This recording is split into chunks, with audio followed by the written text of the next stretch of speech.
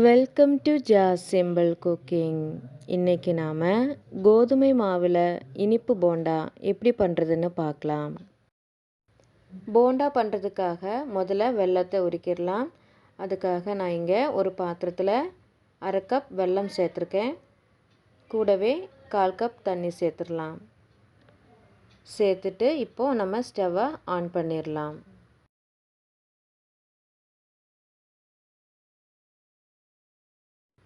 இப்போ இதை கலந்து விட்டுக்கலாம்.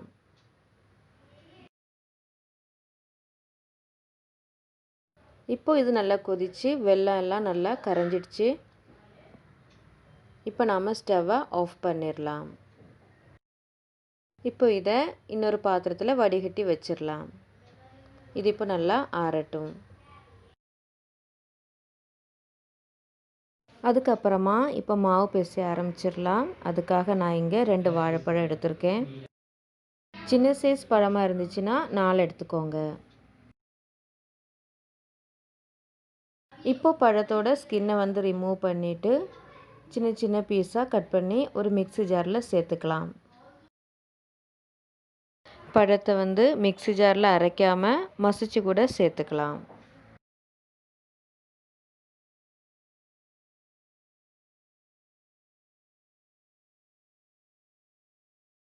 இப்போது 2 பழத்தையும் கட் பண்ணி சேர்த்ததுக்கப்புறமா இப்போ நல்லா நைஸாக அரைச்சி எடுத்துடலாம். இப்போ இது நல்லா அரைச்சி எடுத்தாச்சு. இப்போ இது சைடில் இருக்கட்டும். அதுக்கப்புறமா ஒரு பாத்திரத்தில் 1 கப் கோதுமை மாவு, 1/4 ஸ்பூனுக்கு கம்மியாக ஏலக்காய் தூள், 1/4 ஸ்பூன் பேக்கிங் சோடா,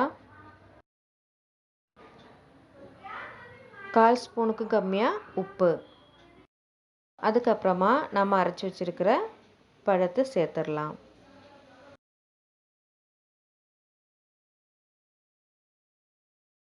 இப்போ நாம் இதில் கரைச்சி வச்சுருக்கிற வெல்லப்பாகை கொஞ்சம் கொஞ்சமாக சேர்த்து பிசைஞ்சிடலாம்.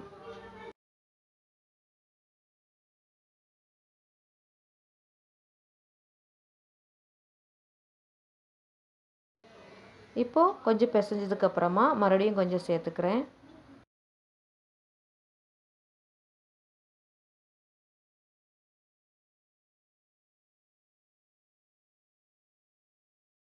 இப்போது மிச்சம் இருக்கிற வெல்லத்தையும் சேர்த்து நல்லா பிசைஞ்சிக்கலாம்.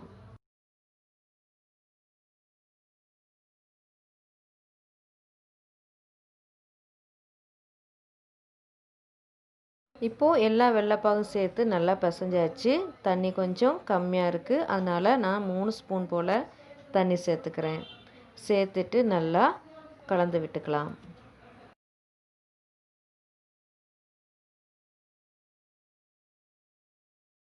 இப்போது மாவு நல்லா பிசைஞ்சாச்சு.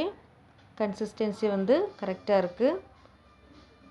இப்போ இது மூடி வச்சு ஒரு 1/2 மணி நேரம் வெயிட் பண்ணலாம். அதுக்கப்புறமா ஸ்டவ் ஆன் பண்ணி முங்கி பொரியிற அளவுக்கு எண்ணெய் சேர்த்துக்கோங்க. இப்போது எண்ணெய் சூடானதும் நம்ம பொரிக்க ஆரம்பிச்சிடலாம். கையை முதல்ல தண்ணியில் நனைச்சிக்கோங்க. இப்போது கொஞ்சம் மாவு எடுத்து இப்படி உருட்டி வச்சுக்கோங்க. எண்ணெய் சூடானதுக்கப்புறமா இப்போ நாம் இதை ஒன்றா போட்டுக்கலாம். ஃப்ளேமை மீடியமை விட கம்மியாக வச்சுக்கோங்க.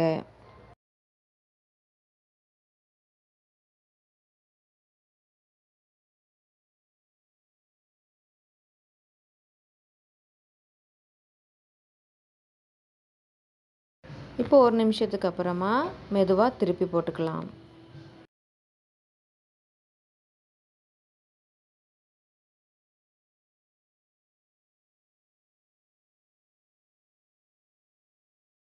அப்பப்போ திருப்பி போட்டுக்கிட்டே இருங்க.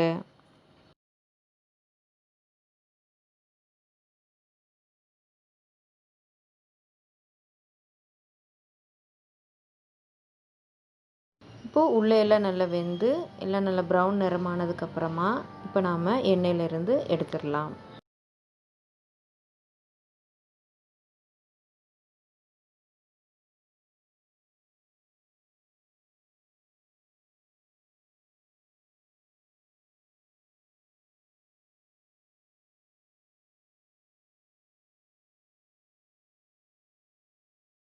இப்போது மிச்சம் இருக்கிறதையும் போட்டு பொரிச்சு எடுத்துடலாம்.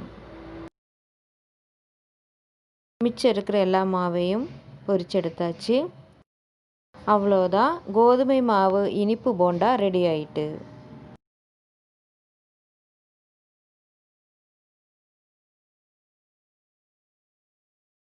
இந்த வீடியோ உங்களுக்கு பிடிச்சிருந்தா லைக் பண்ணுங்கள், ஷேர் பண்ணுங்கள், மறக்காமல் சப்ஸ்கிரைப் பண்ணுங்கள்.